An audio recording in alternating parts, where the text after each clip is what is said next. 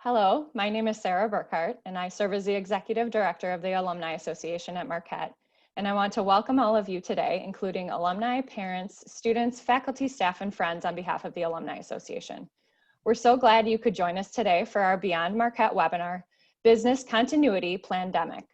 Our presenters will leave time for Q&A at the end, so please submit your questions via the Q&A button at the bottom of your screen. Now it's my pleasure to introduce Matteo Arena, Chair and Associate Professor of Finance at Marquette University, who will share more about his background and introduce our featured speaker, Jeff Wuest. Let me now turn it over to Matteo to kick off our session today. Thank you, Sarah. We are very excited to host this webinar today. So as Sarah said, I'm the chair of the finance department. I'm an associate professor of finance. I'm originally from Italy, and I've been a faculty member at Marquette since 2006. My expertise is in corporate finance, and especially debt issuance, litigation risk, and corporate governance. Jeff Wuest is the CEO of SynFiny Advisors, and will be presenting today. And he'll talk a little bit about his background in a few minutes. Next, next again. So let me just tell you a little bit about the plan for today. I will spend a few minutes to talk about finance at Marquette and our programs and what we provide to our students and to the professional community. Then we're going to have the presentation by Jeff on business continuity. We'll try to make the presentation as engaging as possible. We're going to have a couple of polls and a Q&A at the end. Next. So people, they ask me to summarize or explain kind of finance and Marquette in one sentence. I usually tell them that we are in a unique position to offer both quality and quantity. On the quality side, we've been consistently ranked in the top 40 among finance programs by US News and World Report for at least 7-8 years. This year we are ranked 33. Our real estate program is ranked 11. So many of you know that almost every university in the nation, in the US, has a finance program. So we are talking about almost 2,000 finance programs in the nation. So to be number 33 is an incredible achievement. We are very proud of it. One of the main reasons for our ranking is that we have nationally renowned programs and centers. We have the Applied Investment Management Program, AIM, that was founded in 2005. In 2006, it was the first academic program in the world to partner with the CFA Institute. So we've been training stock analysts, investment bankers for the last 12, 14 years, very successfully. The Center for Real Estate was also founded, I think, about 11 years ago. As I said before, it's ranked 11, our real estate program in the nation. So very prestigious center and program. Our commercial banking program is started 4 years ago. It was the first undergraduate commercial banking program in the US.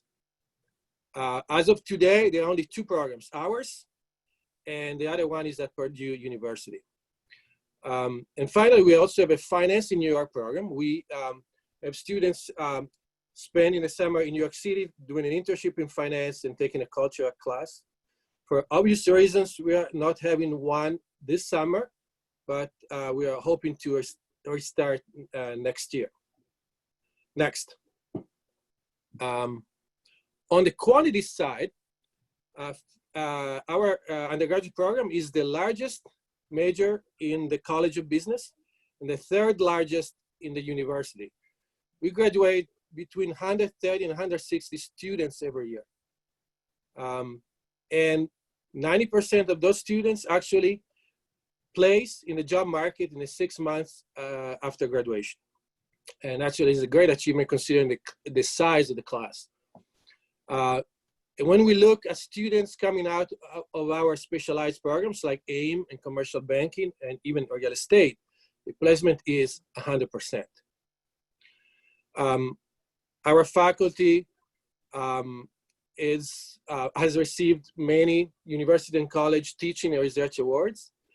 Is very active, publishing papers in leading academic journals. And we're also very active in the community.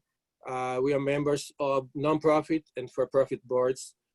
We very often appear in the media as experts. And finally, we also have a very active advisory board that consists of executives of financial firms and corporations. One of the members of our advisory board is actually Jeff Wuest. And so I think this is a great time now to turn it over to Jeff for his presentation. Thank you. Thank you very, very much, Matteo. And I'd just like to start this with thanking Marquette University, thanking all the alumni, thanking both Matteo and Sarah for allowing me to share some thoughts on a couple of things. And I want to talk in kind of three main areas. One is, what is business continuity? So I'm going to share a little bit about what that is. I'm then going to talk about, if you're a CEO or a CFO and you're now dealing with a pandemic that's going on right now with COVID, what do you want to think about? What are your concerns as you kind of work through this crisis? And then the final part really is, as you work through the crisis, how do you make sure that your company, your organization, your whatever it happens to be that you're involved in, how do you make sure that you get yourself to an even stronger place? So I'm going to talk those three areas. As Matteo said, we're gonna take some polling questions. We want to make this interactive. We want to make it fun.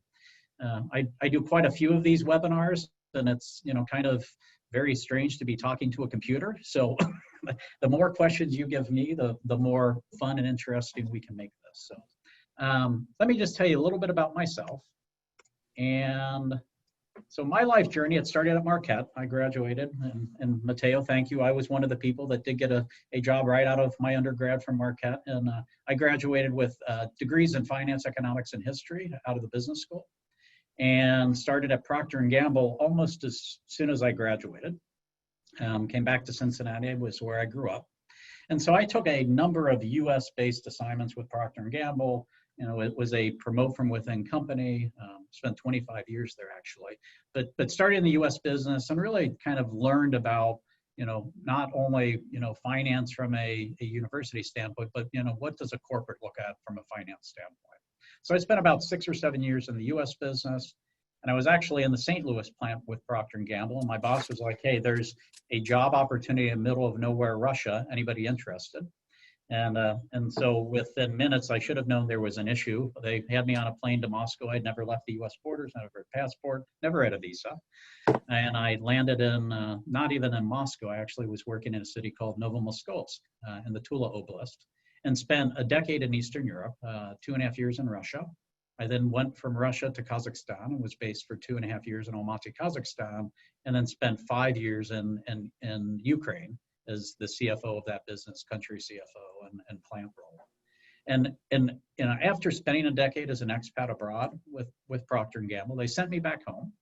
And as I arrived back to the US, I actually landed into a global role. And the global role is to help the finance function transform itself. And so I spent a better part of a decade just helping P&G transform the finance function. New systems, new tools, new organization design. And as I was doing that, I enjoyed what I was doing, and I had a couple of very, very good friends. The three of us traveled together doing this work. And as I like to say, I had a few drinks on a balcony in Panama and pulled out a napkin, and we wrote a business plan in 2009. Now, we were all at Procter & Gamble, so we did nothing with the napkin, of course. But in 2011, we took the napkin and really framed out more of a business plan. But again, we did nothing with that. We were all three still at Procter & Gamble. And then in 2014, I called my friends up and said, I'm going to take an early retirement. My mom retired 6 months before me, so I was not going to stop working.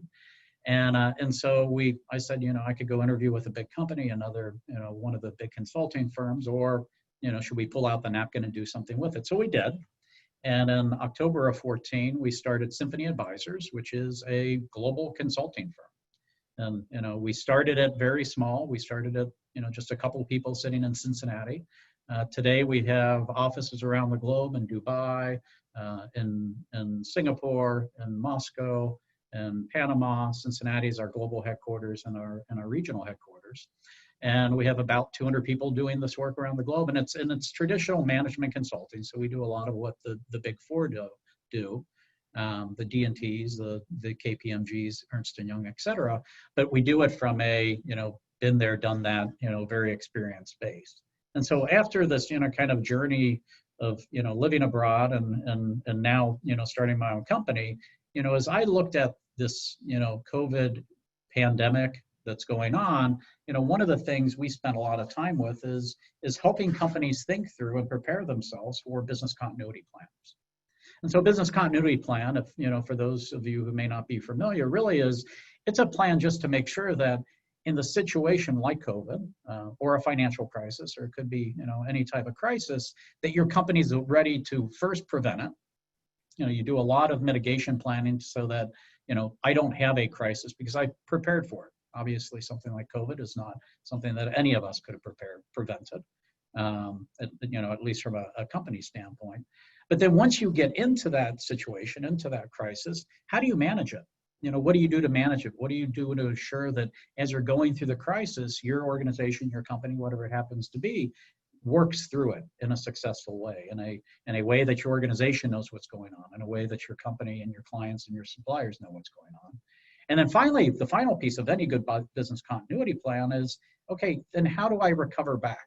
How do I get my company back to what it was before this all started? And so any real well-done BCP, business continuity plan, is, first of all, it's there.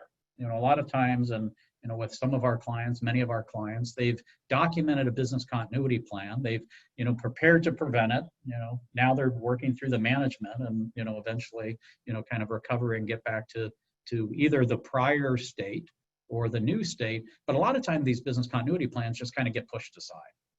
And so you want to make sure they're kept front and center, they're tested, they're ready to be used, so that you, in a crisis like this, you just pick up that plan and you continue to manage and operate your business, again, or your organization.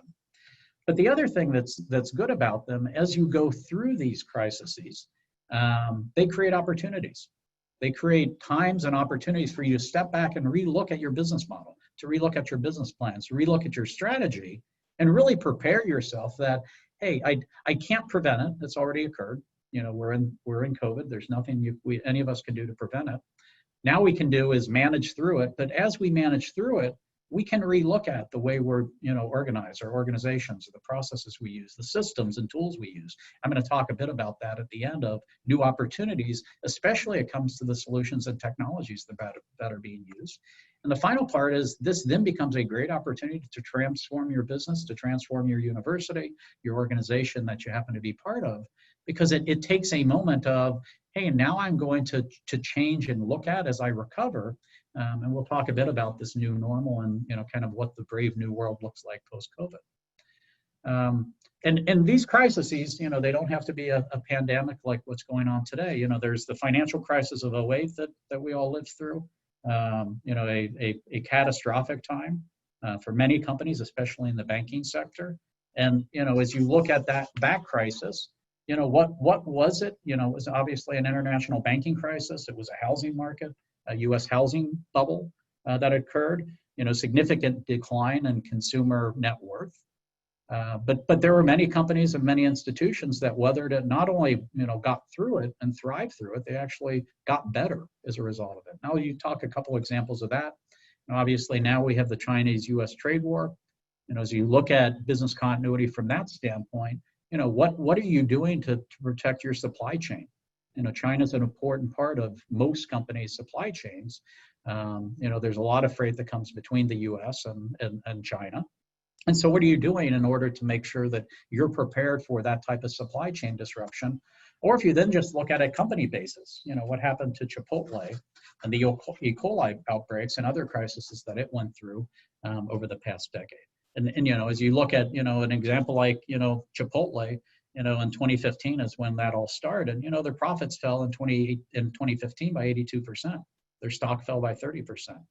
And the impact of it's continued to be, felt even going into 2018 and 2019. So multiple years of, a crisis that, continued for them. But depending on how you deal with it, it can turn into very different things. So, in the financial crisis of 2008, you had Countrywide, which was a mortgage lender. The government refused to bail out many of the banks. They were one of them, one of the mortgage lenders. And so they get acquired by Bank of America. They were not prepared for that crisis. They weren't able to weather the storm. They weren't able to get the bailout. But then if you look at, conversely, a Wells Fargo. Wells Fargo is still around today. They acquired Wachovia. So through the financial crisis of 2008, they became a stronger bank. And many different reasons why. They focused on their branches. They focused on selling through their branches. Bigger markets, focused on larger markets. Tried to redo the way they go to market and the way they run their business to make it simpler. So they used that financial crisis of 2008 to enter it in a crisis, but come out of it as a much stronger bank and a much more global bank. Or the China's-U.S. trade war, and in fact, this is not the best of examples, because DHL did a survey recently of companies in the couple hundred million plus range, and asked these companies, are you prepared? Do you have a continuity plan and a contingency plan for supply chain as a result of the China-U.S. trade war? And it was something like across the automotive industry, and a few other industries, 40 to 50% of these companies did not have contingency plans, nor prepared for a supply chain disruption. Now, if you put COVID on top of that, now you have a situation where many of these industries and many of these companies in these industries are struggling because they can't get supply, but they've had the opportunity during, the China's-U.S. trade war has been going on for 3 or 4 years now. They did have that time to prepare for it. And so, a lot of the times these business continuity plans are only as good as the plan they're created and the incentive of management to put them in place and be prepared for it. Unlike then you look at Chipotle, where they went and completely changed their supply chain. They completely changed their quality control systems. They completely changed the way they communicate with their consumers. And now if you look at Chipotle today and you look at your share price and you look at the revenue, they're back on track because they used that crisis to make themselves and turn themselves into a better company, and one that met the consumer needs, but more importantly, kept the consumer healthy and safe. So as you look at COVID in particular in the restaurant industry, Chipotle is one of the models that can be looked at as okay, if I'm in the restaurant industry today, how can I make sure I weather the COVID crisis in a way similar to what they've done? So as you look at these business continuity plans, as you look at the key issues that many of these companies are facing, there's really 3 key areas that you're thinking about. The first is, how do I maintain safety in whatever I'm doing? So in, the situation of COVID, it's, do I have the right protective gear? Do I have the right, social distancing as I come back to the office? Have I figured out from a safety standpoint, kind of how am I going to manage my organization, as they come back and or as they work remotely? And if they work remotely, how can I ensure that they're safe as well? Or from an organization standpoint, what am I doing to communicate with my organization? How am I making sure my organization, especially as they've moved from, I come to the office 9 to 5 and now I'm working from home, how do I make sure that I can help that organization? If you have a new hire, if you have an intern, how am I training and developing those new people to my company? How am I maintaining that, the organization understands where the direction and the future of the company may be going or the organization may be going? So what type of communication am I doing just to make sure that my organization is clear on what are their priorities? What is the world going to look like for your companies you come out of COVID? And then the final piece is just to make sure the business survives or the organization survives is understanding the cash issues and the levels of cash and what's available and what's not available from a cash standpoint. Because, as you go through a situation like this, borrowing is going to be very different, much more difficult. However, from a cash standpoint, it's much easier right now to get funding from government institutions, whether it's the payroll protection, whether it's SBA loans. So, making sure you're very clear on, where am I as I go into this crisis, as I go through the crisis, as I come out of the crisis, do I have the cash reserves that are needed? What is my company revenue looking like? What's the business model looking like? What do I need to do different to ensure that I've got the right levels of cash? Again, not only to survive a crisis, but as I come out of it, I'm actually thriving through the crisis. And I'm going to talk a lot about in the final section in new opportunities about M&A deals that are going to happen, mergers and acquisitions. And merger and acquisition is only possible for the companies that have cash readily available today. Again, because lending and borrowing is going to be very different as you go through this crisis. So those with cash are going to be king. We'll talk a little bit about that as well. So we're up to the first poll. I'll give you a few seconds to answer it. What are your biggest concerns about the future of your own business or the company you work for?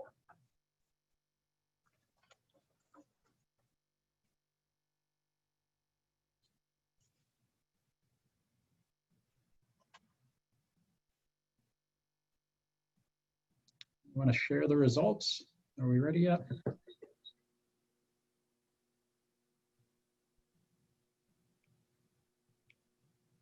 All right. So what do you think of this, Matteo?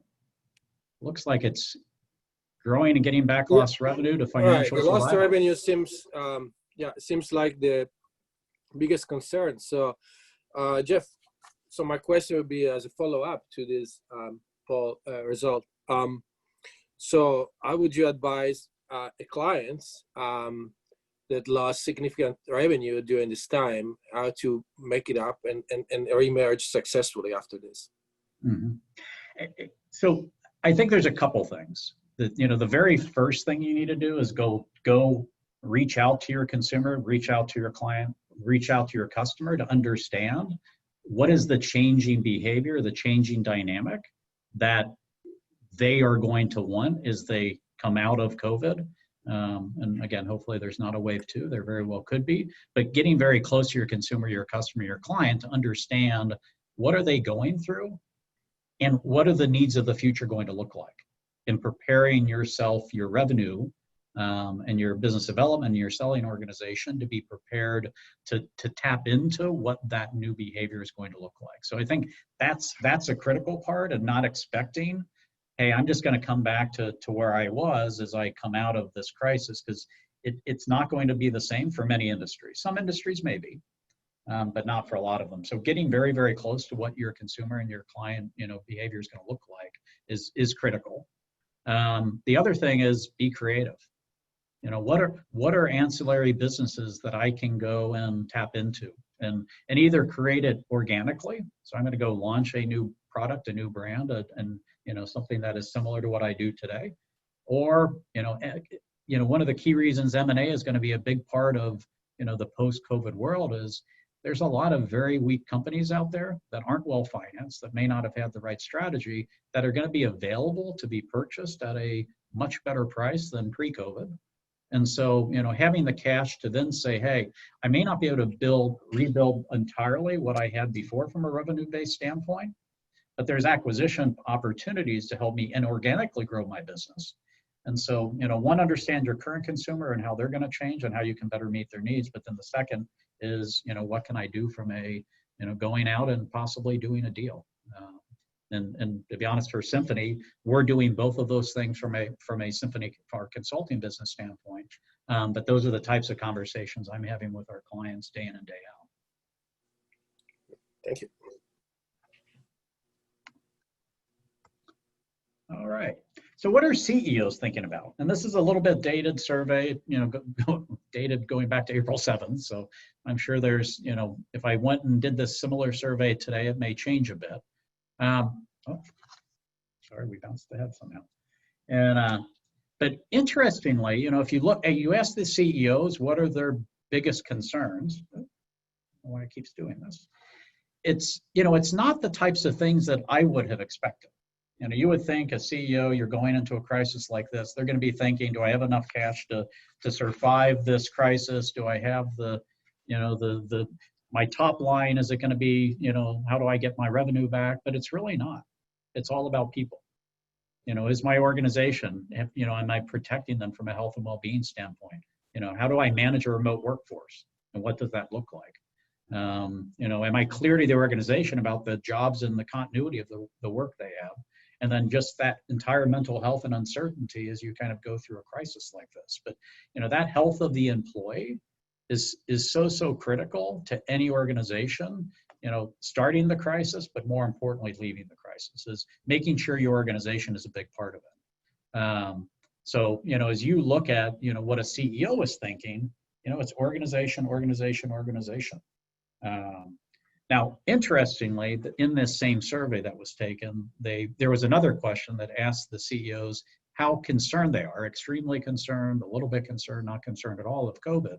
And only 15% of them actually were extremely concerned about COVID and its impact on their long-term viability of their business. So again, as you're a CEO, you know, one, keep your organization, you know, straight and, you know, ready to be prepared for what's going on. But then from a business model standpoint, you know, are those CEOs really thinking long and hard enough about what the new reality may be? Again, this was in April when this was done. You know, people may have been thinking at that point, you know, COVID would be behind us by now, and clearly it's not. So that's what the CEOs think about.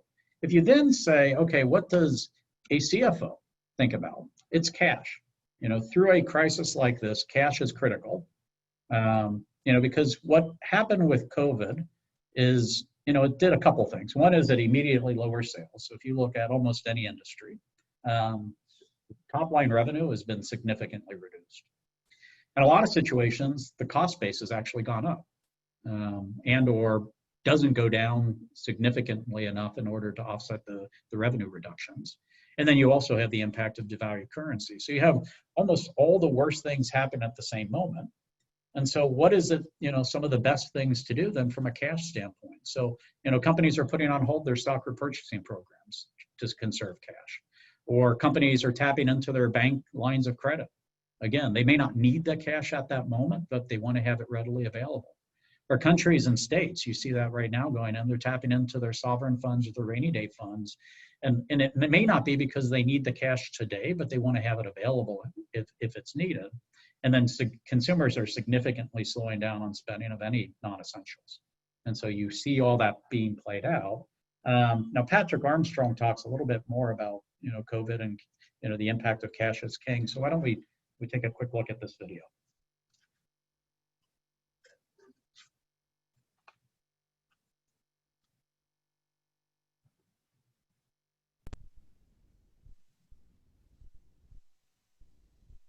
I was reading through your note, and there is one line here that struck out to me. All it says is USD strength has been shocking. Walk me through what has been going on with this Bloomberg dollar. Yeah, I can't say I made the call for a big move in dollar. We've been long dollar in all of our portfolios, but didn't expect a move like this. And it's everyone wants cash, and when you want cash, there's so many places you want cash. You want that cash to be in US dollars. So it's basically the safest place right now. No one wants duration, no one wants equity risk or credit risk. So cash is king, and US is where you want that cash right now. So until there's a bit of clarity on what's going to be happening in the economy with unemployment, people want cash for safety, they're hoarding it, and I think those dynamics are probably going to continue to play out. Patrick, I hear that liquidity within the equity markets feels good. How is liquidity within the FX and the credit markets? Yeah, you don't get paid in too many places to have liquidity anymore, but the one thing that was a tailwind for the U.S. was basically the interest rate differential, and now basically the whole world's at zero interest rates. You probably are going to start to see investors start to feel safe putting their money in commercial paper, putting their money in bank debt that's of reasonable quality, and I think you might get away from just the pure cash. The Fed's protecting cash funds, which is something they learned from 2008, is one of the recent moves as well. But liquidity is pure cash right now. I think you'll slowly, gradually evolve up the risk spectrum and take some risk once there's a bit of confidence returning to markets. And I think we're already seeing signs with that, with the ECB, Bank of England, Fed, all being very proactive. They can't stem the economic tide that's happening from what's happening to stop the spread of the coronavirus, but they can push liquidity into the system, and that should give confidence that you can take some form of risk with cash positions. Perfect. Thank you very much. So, Matteo, what do you think of that? Yeah, I have a follow-up question about what you just said and also the video.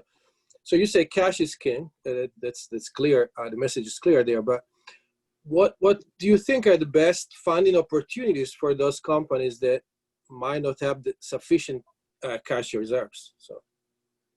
And I think there's a number of places. Obviously, first is you go to the bank and make sure that your banker is there to support you. And if you've prior to COVID kind of put together the right lines of credit and the right banking relationship, that banker should be there for you. So going and checking on, what have I, what do my lines of credit look like, or what is the potential to tap into lines of credit? I would do that as the first discussion. The other reason you want to go see them is, the SBA loans, though they're not issued by the banks know that process very well. So, tapping into what is being available from the government side, whether it's the SBA loans, whether it's the payroll protection, which that is actually issued from banks, they're very, very helpful through that process. So I'm going to look my internal funding. I'm going to look at, external government funding. I'm going to look at my own accounts receivable, payables, working capital, kind of the typical things that a CFO should be looking at. And then I think the final piece is going and looking at, private equity, going and looking at, and external investors, because again, people with cash are looking to do deals. And tapping into that, which may be something, hey, I've never thought about bringing in a external partner, selling a little bit of my equity, but it's something to be thinking about because now's the time to do it.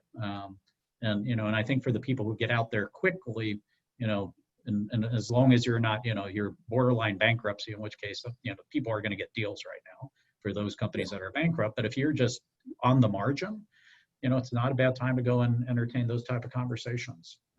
Not at all. Yeah. And if I may add one thing is that with the CARES Act, the Fed received about $500 billion to buy bonds of companies. So if you're a larger, publicly traded company, you can issue bonds. I think the high liquidity provided by the Fed now buying back those bonds aggressively is reducing your cost of debt by 2 or 3 percentage points. So I think that's an option. Of course, if your clients are privately held companies, that's not feasible. But for larger companies, I think that's a new avenue because of the government intervention with the CARES Act. Mm-hmm. No, that's a great point, Matteo. A very, very good point. So what does a CFO need to think about? And really a couple of key things. As they look at the funding and where the company is going to go is, look at your cost controls, tighten your cost controls, make sure you understand, kind of where are my budgets, what do my budgets look like, am I understanding my spend so that I can make the right choices, optimize balance sheets, look at accounts receivables, payables, inventories. And inventories is an interesting one because it can play both sides. I may want to reduce my inventories if my sales are drastically going down, but many companies, and if you're the toilet paper manufacturer Procter & Gamble is, they in hindsight probably would have said, I wish I had more inventory so that, you're not going out of stock on shelf like what was going on for toilet paper. And the fact that toilet paper at one point was worth more than a barrel of oil is just an amazing thing to live through. I mean, we are living through truly a historic moment. Hard currency payables, making sure you understand that. And then finally is just reducing spending. Some of it's natural. There's no business travel, very little travel at all.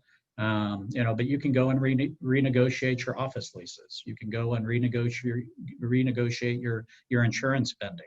In fact, a lot of insurance companies are going back and giving money back to companies and to individuals as the insurance needs are lower. So again, just making sure all those things are top of mind as you enter in during the crisis and coming out of it. So we have one more poll question. So how prepared are you to face this new normal after COVID? And from that, we're actually going to go and talk about some of these new opportunities.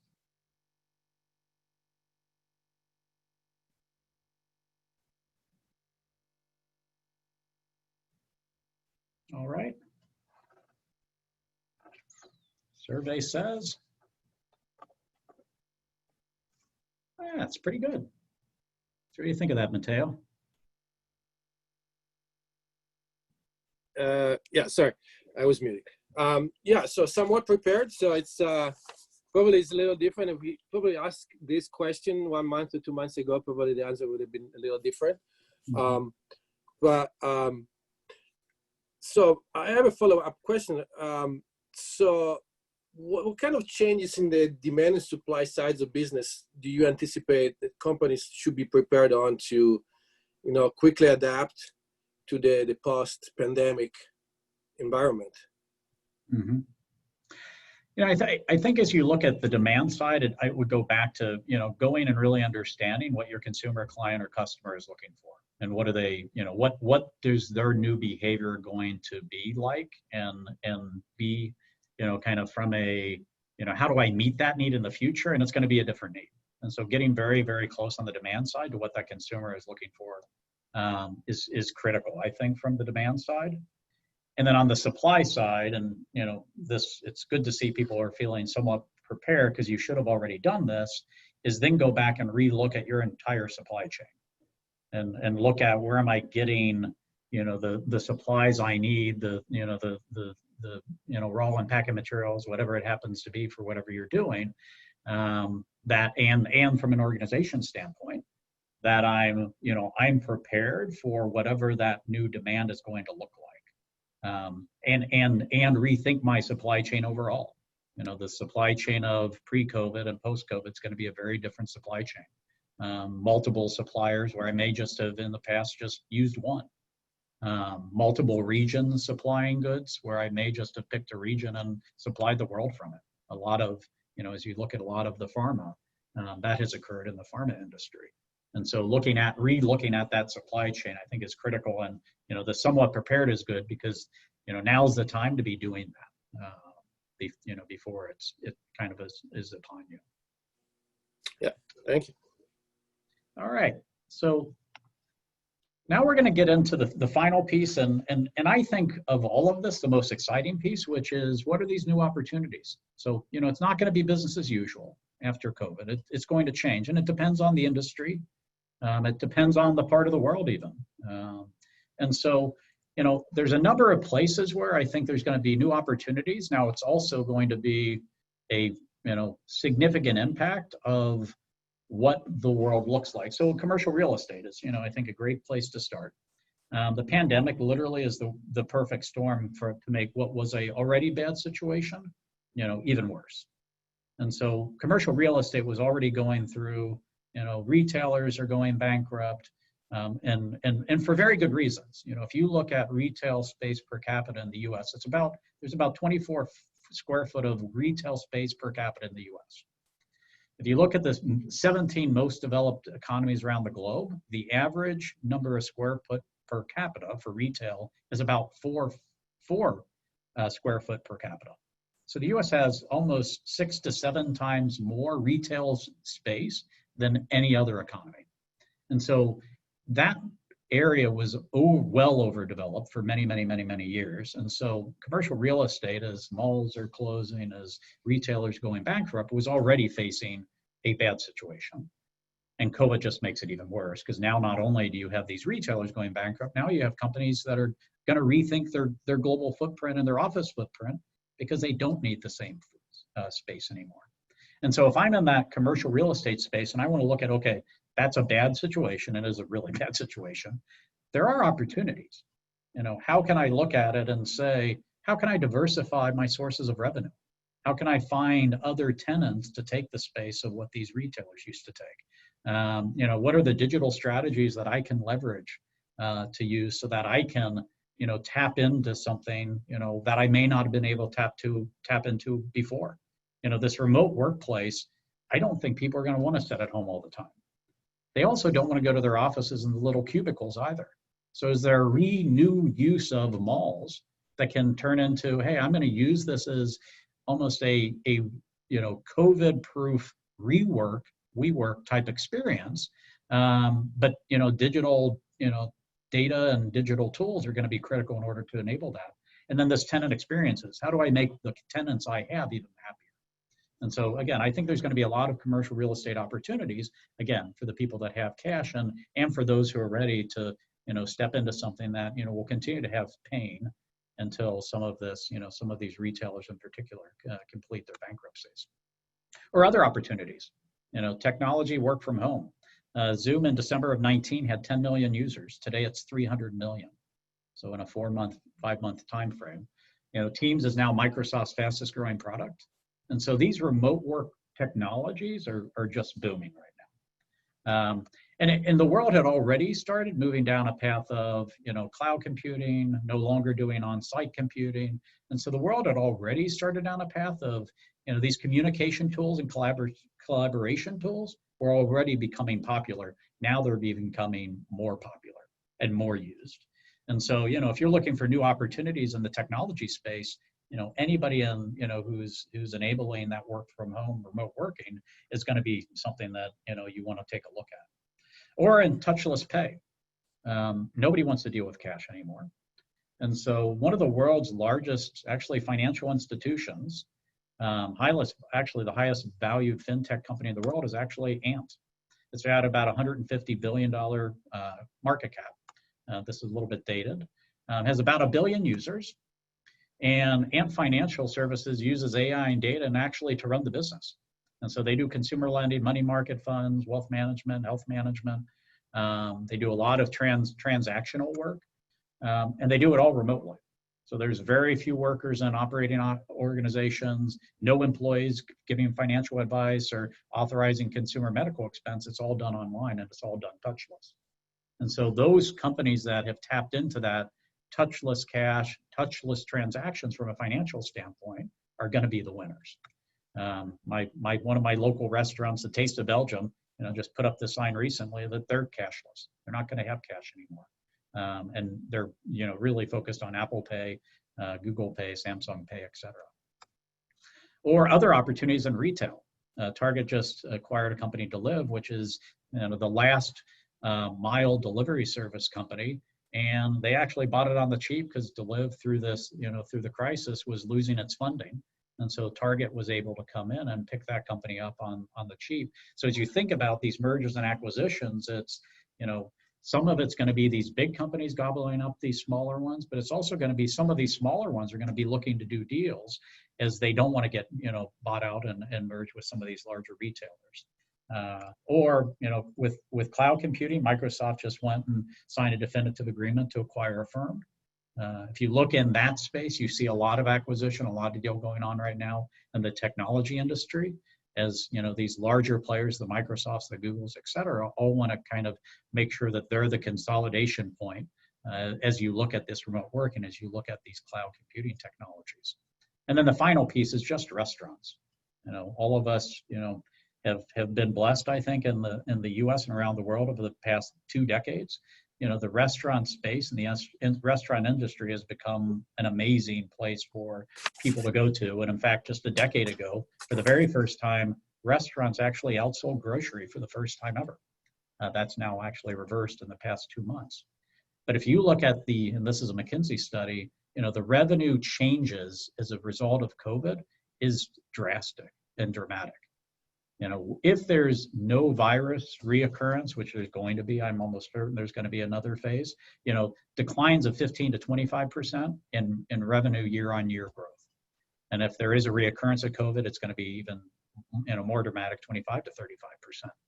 But then if you peel that apart and said, let me now look at different parts of the restaurant space, from fine dining, casual dining, quick service restaurant to pizza, fine dining is not going to recover to the current crisis level until 2024. And this is already an industry where something like 80% of restaurants already fail in the first 3 years because, new entrepreneurs, inadequate financing, bad product, bad locations. So it's already an industry that you have a lot of churn. But I don't think it could have come at a worse time, given how amazing some of the restaurants have become. So if you do have a fine dining restaurant you really love, encourage your friends and family to get there, because again, as it looks right now, it does not look good for that space, and not for years to come. But as you look at the new opportunities in the restaurant space, how do you reinvent yourself? And this is what McKinsey's recommending from some of the strategies. I think they make great sense. One is how do I update my operating procedures? I need to change the way I look at my restaurant, the way I deal with my customers as they come into my restaurant. How do I get customers to be reactivated, to be loyal, to want to come and support me?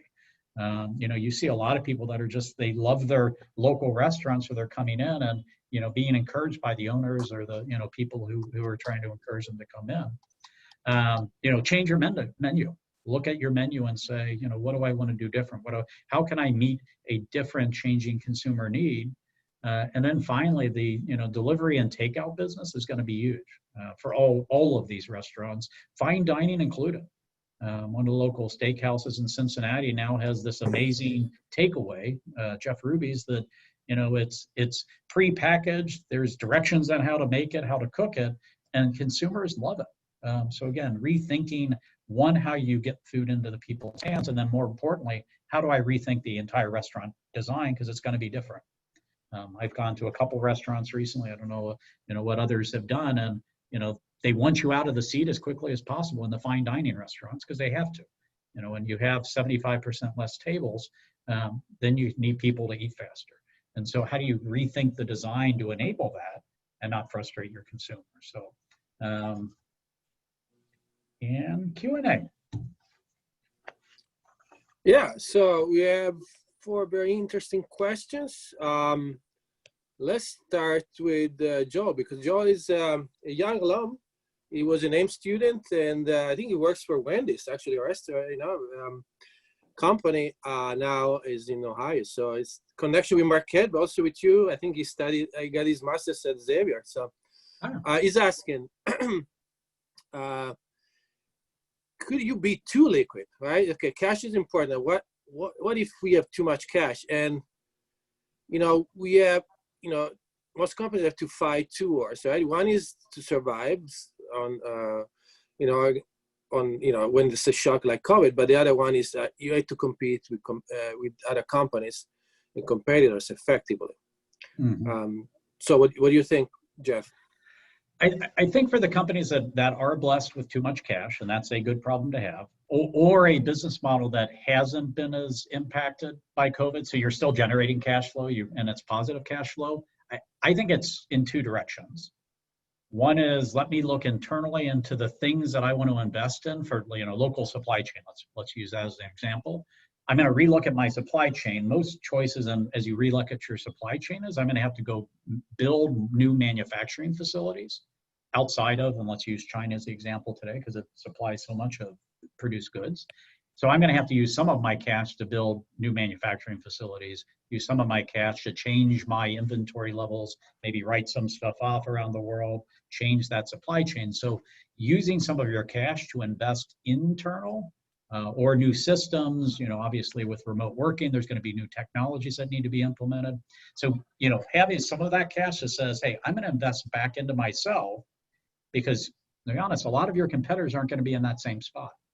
And so anything I can do during the crisis to make myself stronger, to make my business model stronger, to make me stand out relative to competition, new technologies that, make, as you use Wendy's as the example, to make that in-store, how the consumer, sees me from a restaurant standpoint as they come in the store, and technology to support it. Again, another investment, you can use that excess cash. And then I think the other part is, if you're in the type of industry where you can go do deals, M&A, there's going to be a lot of M&A play out there where, you can go, find, whether it's internal or external, ancillary businesses, great opportunities. I think those 2 places would be where I would take that excess cash and invest into yourself or others. Yeah, good. Thank you. And we have a question from our own Dave Krause that I think many people that are attending this know. Dave actually is the director of the AIM program that I mentioned at the beginning of the presentation. Founder of the program is being associated with AIM since the beginning of 2005. Is asking about healthcare costs for companies, and CFOs will be very concerned now, considering those premiums that are probably very likely to go up significantly. So what do you think about this? I think that entire cost structure for your organization is critical as you're going through this. Is you're going to have to relook at your salary and benefits and healthcare cost across the board. So I think as you look at a lot of companies, they cut salaries. Some of those salaries you may give back as you kind of get yourself back, and depending on where your revenue comes out eventually. But I think some of those salary cuts are going to be long-term, because you're going to have to deal with and Dave, that's a great point, escalation in certain costs that you can't offset them, because your consumer is not going to accept an increase. So I can't price it out. Though there may be some inflation where that's going to happen. But I think you need to relook at your entire cost structure and make choices that ensure that, hey, if, sorry employees, but, those increased costs, I just can't bear it. So you're going to have to contribute more, or salaries are going to have to, maintain or continue to be, reduced in order to offset some of those costs. But obviously, if you can price it out, then you do want to price it out. I think post-COVID, relooking at pricing levels are going to be something that every industry, every company is going to want to be looking at to figure out, if you're in an industry that you're blessed and you can price, and it's, the consumer, the client, or the customer is willing to accept it, obviously you also want to look at that. A great question. Yep. Thank you. So I think we have time still for a few more questions. So we have one from an attendee that asked, you touched on this a little bit before, but what do you think about the remote workforce? And I think things are changing. You mentioned that maybe we are going into kind of a hybrid format, like people that might go back and forth and work at home and but also in the office, and it may be half and half. Mm-hmm. Can you elaborate a little bit on this? I can't imagine a world where people go back to the office the way they were prior to COVID. I don't see that. I'm not hearing that from our clients. So what we're hearing from our clients is we want a more remote workforce. The employees want that. So the places we're hearing the greatest anxiety from organizations or companies are saying, next week everybody has to be back in the office and you're all going to sit next to each other. So I think the companies aren't going to want to pull their people back to the office. I don't think the employees going to want to go back to the office, and definitely not into these cubicle farms that became so popular with U.S. companies over the past 2 to 3 decades. And so I think companies are going to relook at that. They're going to find ways that allow their employees to have the tools to work remotely, have communication processes and ways to manage individuals. Because the other thing, you come to an office so that you can do a couple things. One, it's easier to communicate together, but it's also for a young person just starting their career, you can get good coaching and development and training. So I think the companies are going to have to figure out what's that right mix, so that I balance remote working with the training and development that's required. But I can't imagine where it would go back to the way it was. And again, we'll see. I don't think we have. I don't think there's a lot of crystal balls that tell you exactly what's going to happen. But everything we're hearing is it will be different. Yeah. And next question from an MBA student, Kate, that is graduating in May. I think it's a great question because both for MBA students, also our undergraduate students, job market is a concern. So do you have any suggestion on how for our students to best market themselves and in this post-pandemic or currently pandemic world? That is a great question. I think one is be patient. I do think companies are going to come back. They're going to start hiring again. That eventually this gets behind us. So what I wouldn't do is, okay, I'm gonna go and panic right now and take a job that isn't right for me. So I think making sure that people let me take a breath. The world is changing. Let me see the direction the world is going in. So adding some a little bit of patience as you look and start that job search. But I do, I do think companies, will start, recruiting again. I think they'll start bringing, staff back. They're going to have to. And maybe actually somehow a great opportunity, because you may get some older employees that decide they want to step out of the workforce. So it may actually eventually, and the question is, what's eventually?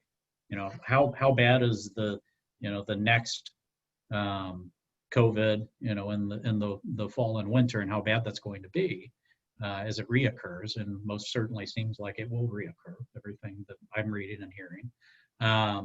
And so, being prepared for that moment, but, I think just the, continuing to, keep your resume updated, go and look for those opportunities. And I do think eventually they will come back. It's that, it may take some time. And I think that's the important thing. It's just being patient. Yeah, thank you. And there are a couple of questions that probably are more directed to me, and they are a little off topic for this webinar, but they are very interesting. And probably we're going to have maybe another webinar at Marquette, since this is a series that's going to continue for quite a bit, to the summer, probably the fall, about the future of education. It's very interesting. So I don't want to talk too much about that also because we are close to the end. But I think briefly I can say that we can think of university being in 3 tiers. They are like the top tier, they have huge endowments that will be able to weather the storm and continue to be successful. We have the bottom tier. We'll see a lot of bankruptcies, a lot of those universities close. And then there's a mid-tier, and we feel the Marquette probably is there. And we have to really reimagine the way we do business. We're talking about maybe the tuition model we have used for the last 40 years, maybe has to be a tool to change into more kind of a la carte subscription model. So maybe more online, more hybrid. So it's a very interesting and challenging environment, and hopefully we're going to have a Beyond Marquette webinar on this. So stay tuned. So Jeff, thank you very much for, and sorry, there were a couple of other interesting questions we didn't have time to answer today. But please follow up with Jeff or me if you want to ask those questions later. Thank you, Jeff. I think it was very informative, insightful, hopefully useful for many. Thank you, Sarah. Thank you, Morgan. Morgan was the person at SynFiny who did most of this. Morgan Hayes, I think you're online still. But thank you very much, Marquette community. I loved it. It's been great. Thank you so much. Please don't disconnect yet. I want just to now turn it over to Sarah for a couple of final remarks. Thank you. Great. Thank you, Matteo and Jeff. We really appreciate your time and preparation you put into today's session. It was very informative. So to all the attendees, you'll be receiving a follow-up email with a link to this recorded webinar, as well as a survey request. So we encourage you to take the time to provide feedback so we can continue to evolve these webinar offerings and future Alumni Association programming. So keep an eye on the Beyond MU webinar website. And thanks so much for joining us today. Take care. Thank you. Thank you.